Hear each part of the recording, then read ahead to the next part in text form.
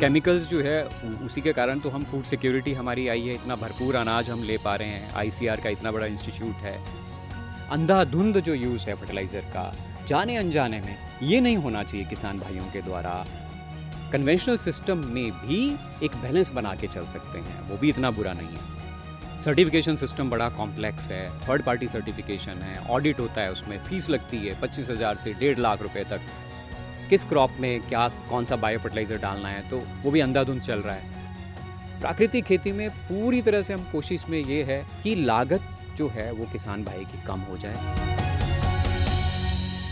खेती में रसायनों का इस्तेमाल कम हो, इसके लिए लगातार जैविक और प्राकृतिक खेती पर जोर दिया जा रहा है। हालांकि कई बार किसान इस बात को लेकर कंफ्यूज होते हैं, असमंजस में रहते हैं कि उनके लिए जैविक खेती बेहतर है या फिर प्राकृतिक खेती।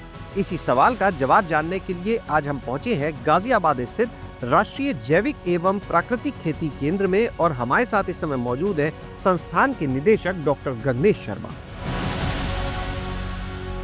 किसान भी ये जानना चाहता है कई बार कि हम जैविक खेती करें या प्राकृतिक खेती करें, हमारे लिए क्या अच्छा है, और कुछ लोग दोनों को मिला के कर रहे हैं इसी वजह से। तो आप क्या सुझाव देंगे? बहुत ही अच्छा प्रश्न है आपका। देखिए, किसान भाइयों को कंफ्यूज होना ही नहीं है। किसान भाई तो फ्री है, आज भी उनकी मर्जी है उनको कौन सी खेती करनी है। देखिए, हम तो केमिकल्स के भी अगेंस्ट में थोड़ी नहीं है कि हम केमिकल्स जो है उसी के कारण तो हम फूड सिक्योरिटी हमारी आई है, इतना भरपूर अनाज हम ले पा रहे हैं। आईसीआर का इतना बड़ा इंस्टीट्यूट है, इतनी इंडस्ट्री है फर्टिलाइज़र की, पेस्टिसाइड्स की।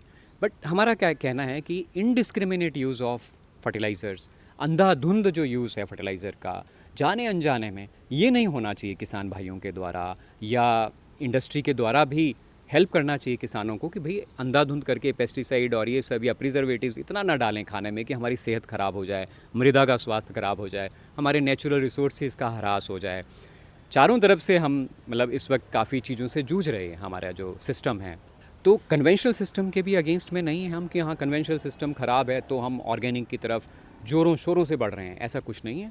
कन्वेंशनल सिस्टम में भी integrated nutrient management, integrated pest management, सजगता से अगर हम केमिकल का इस्तेमाल करें, तो बैलेंस्ड वे में अगर हम अप्रोच रखें, ऑर्गेनिक मैन्योर्स का भी इस्तेमाल करें, बायो फर्टिलाइज़र्स का भी इस्तेमाल करें, अच्छे से करें, क्वालिटी बायो फर्टिलाइज़र्स का, तो हम कन्वेंशनल सिस्टम में भी एक बैलेंस बना के चल सकते हैं, वो भी इतना बुरा नहीं है। अब रही बात ऑर्गेनिक फार्मिंग की। ऑर्गेनिक फार्मिंग जो दूसरा जो हम आज तक प्रचार प्रसार कर ही रहे हैं, आगे भी करते रहेंगे।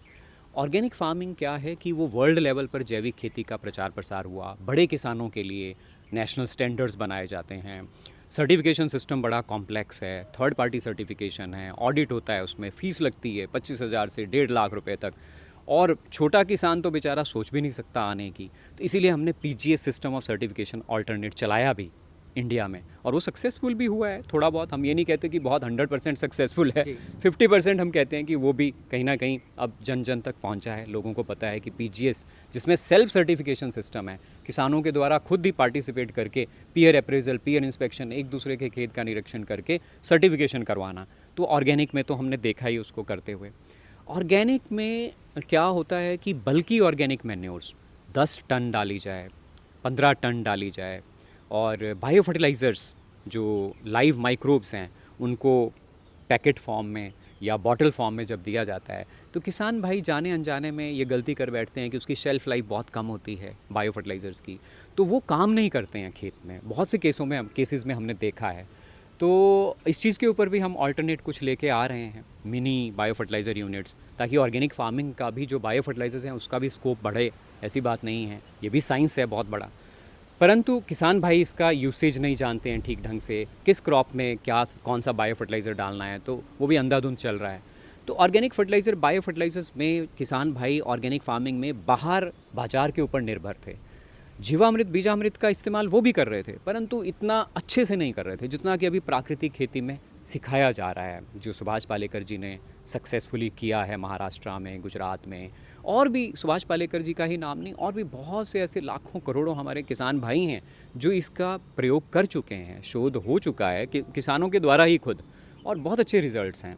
तो क्यों ना प्राकृतिक खेती की तरफ जाया जाए, ये सोचा भारत सरकार ने। क्यों ना जो input cost organic fertiliser, bio fertiliser डाल के, और उसकी क्वालिटी का भी कोई अता पता नहीं, उसमें जब किसान भाई के साथ थोड़ा धोखा हो रहा है। बड़े किसान भाई तो कर पा रहे थे, सजग हैं, ये समझते हैं, बट सीमांत और छोटे किसान जब ग्रुप में जाते हैं तो उनको स्ट्रगल होता है, कहाँ से बायो फर्टिलाइज़र खरीदा जाए, कैसे डाला जाए, 6 महीने में इसकी शेल्फ लाइफ ख़राब हो जाएगी, कंटेमिनेशन आ जाएगी। तो ये सारी चीज़ों को देखते हुए ऑर्गेनिक फार्मिंग उतना पेस पकड़ा है, ऑर्गेनिक फार्मिंग में आगे बढ़ा है, परंतु उसमें यील्ड लेवल्स में इतना ज़्यादा इम्प्रूवमेंट देखने को नहीं मिला है, क्योंकि जाने अनजाने में मतलब या एजुकेशन के अभाव से, अवेयरनेस के अभाव से किसान भाइयों के द्वारा ये बायो फर्टिलाइज़र, ऑर्गेनिक फर्टिलाइज़र्स का अच्छे से इस्तेमाल नहीं हो पाया। वहाँ पर भी ग्रीन मैन्यूरिंग मल्चिंग होती है, प्राकृतिक खेती में भी होती है। सीड वहाँ भी बाहर से लाया जाएगा, प्राकृतिक खेती में भी हम पहले तो यही कहते हैं कि अगर अपना नेचुरल, अपना पुराना सीड रखा जाए तो बहुत अच्छा है। सीड ट्रीटमेंट जो है वो केमिकल से ना करके ऑर्गेनिक में भी वैसा ही है कि बीजामृत या काऊ यूरिन या ऐसी चीज़ों से ट्रीट किया जाए, या बायो फर्टिलाइज़र से ट्रीट किया जाए उसको, या बायो पेस्टिसाइड से ट्रीट किया जाए। तो इतना ही डिफरेंस है कि बाहर से हमें कुछ खरीद के नहीं लाना है। ऑर्गेनिक फार्मिंग में जैसे हम बाज़ार के ऊपर निर्भर हैं, प्राकृतिक खेती में पूरी तरह से हम कोशिश में ये है भारत सरकार की कि लागत जो है वो किसान भाई की कम हो जाए, और गाय का वो पालन शुरू करे, और ट्रीज़ का इंटीग्रेशन करे, मल्टी क्रॉपिंग करे, ताकि एक क्रॉप में फेल हो जाए तो दूसरी से उसको कुछ फ़ायदा हो जाए। तो प्राकृतिक खेती को इस एंगल से देखा जा रहा है। मृदा का स्वास्थ्य ऑर्गेनिक फार्मिंग में भी इम्प्रूव हुआ, परंतु प्राकृतिक खेती में और भरपूर तरीके से इम्प्रूव होगा।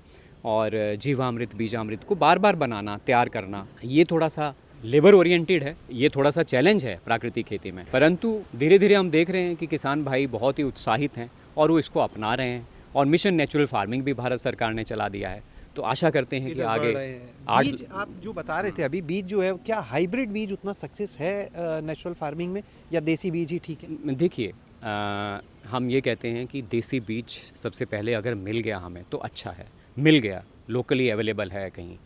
अगर नहीं अवेलेबल है तो आप हाइब्रिड सीड को बिना केमिकल के ट्रीटमेंट के, जो प्राकृतिक खेती के हमारे मेथड्स हैं उसी से शोध करके, हाँ उसी से उपचार करके ही आगे चलाएं तो अच्छा है। और अगली बार जब रखें तो थोड़ा, जब एक बार आप हाइब्रिड का भी आपने शुरू कर दी तो थोड़ा अपना नेक्स्ट टाइम अपना जो आपने नेचुरल तरीके से, ऑर्गेनिक तरीके से उसको उगाया है, तो आगे उसको फिर सेफ रखें भी, ताकि आगे वो यूज़ करें। फिर अंत में सर बस एक ही चीज़ जानना चाहेंगे आपसे कि किसान सबसे पहला जो कदम आपको लगता है क्या उसे उठाना है जब वो कन्वर्जन पे जा रहा है? आज तक रसायन कर रहा है, कल से उसने तय किया हमें प्राकृतिक पे जाना है, सबसे पहला काम उसे क्या करना होगा? सबसे पहला काम, जैसे ही वो शिफ्ट करे तो सबसे पहले तो कन्वेंशनल सिस्टम से जैसे ही प्राकृतिक खेती की तरफ जा रहा है, पहले तो मृदा का स्वास्थ्य देखे कितना ऑर्गेनिक कार्बन है।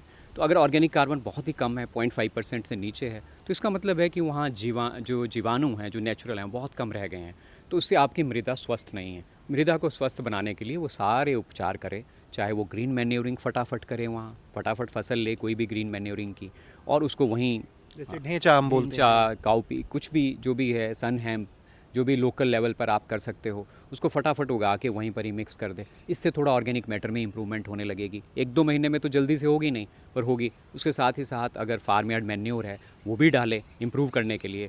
और फिर अपने जो भी स्टेप्स हैं नेचुरल फार्मिंग के, जो मैंने आपको प्रैक्टिसेस बताई कि बीज से लेके बीजोपचार, जीवामृत, बीजामृत घन, ये तैयारी करना शुरू करे। ये समझ ले, ट्रेनिंग ले ले कृषि विज्ञान केंद्र से कैसे इसको तैयार करना है। अगर उन्होंने बिल्कुल तैयारी नहीं है, उन्होंने बिल्कुल नहीं कहीं पर भी ट्रेनिंग ली है, तो लोकल कृषि विज्ञान केंद्र के मॉडल फार्म में जाके फटाफट, जब उन्होंने ग्रीन मैन्योरिंग शुरू की है, साथ ही साथ वो केवीके में जाएं और साथ ही साथ लोकल कृषि अधिकारी से मिलें कि मुझे मिशन नेचुरल फार्मिंग से जोड़ दीजिए। और बेहतर जानकारी चाहिए तो जहां हम इस समय मौजूद है, जिस संस्थान में यहाँ आ सकते हैं, तो दूर है उनके लिए जो आने में सक्षम हो यहाँ तक, तो जो भी आना चाहे उनको हम मॉडल, उनको हम अपनी ट्रेनिंग में ये सारी चीज़ें अच्छे से बता देंगे। प्रेजेंटेशंस होती हैं, इन हाउस होगा हमारा ज़्यादा, क्योंकि हम भी थोड़ा बहुत तो हमने कोशिश की है कि हम यहाँ पर क्रॉप्स डिफरेंट उगाएं।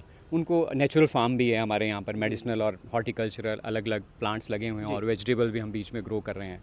परंतु एक अच्छा मॉडल तो उनका लोकल केवीके ही है, उनको इतना दूर दौड़ने की ज़रूरत नहीं है। तो आज आपने यहाँ पर सुना डॉक्टर गगनेश शर्मा जी को। हम उम्मीद करते हैं बहुत से सवालों के जवाब यहाँ पर आज आपको मिल गए होंगे। जो प्राकृतिक खेती, जैविक खेती के बीच का एक अंतर है, जो दोनों में कौन सी ज़्यादा बेहतर है किसानों के लिए, इन सभी चीज़ों के बारे में भी आज उन्होंने यहाँ पर विस्तार से बताया। और एक सबसे बड़ी चीज़ ये ज़रूर कही कि अगर आप प्राकृतिक खेती करने जा रहे हैं तो सबसे पहले आप अपने नज़दीकी किसी कृषि विज्ञान केंद्र पर, या जो वहाँ पर प्राकृतिक खेती करने वाले लोग हैं, उनसे ज़रूर मिले चीज़ों को समझने के लिए, और उसके बाद में पहले थोड़े से हिस्से पर एक प्रयोग करें और फिर उसको विस्तार दें। शैलेश अरोरा, गाँव जंक्शन। गांव जंक्शन को सभी सोशल मीडिया प्लेटफॉर्म्स पर फॉलो करें। व्हाट्सएप चैनल और जीमेल आईडी पर भी संपर्क साध सकते हैं।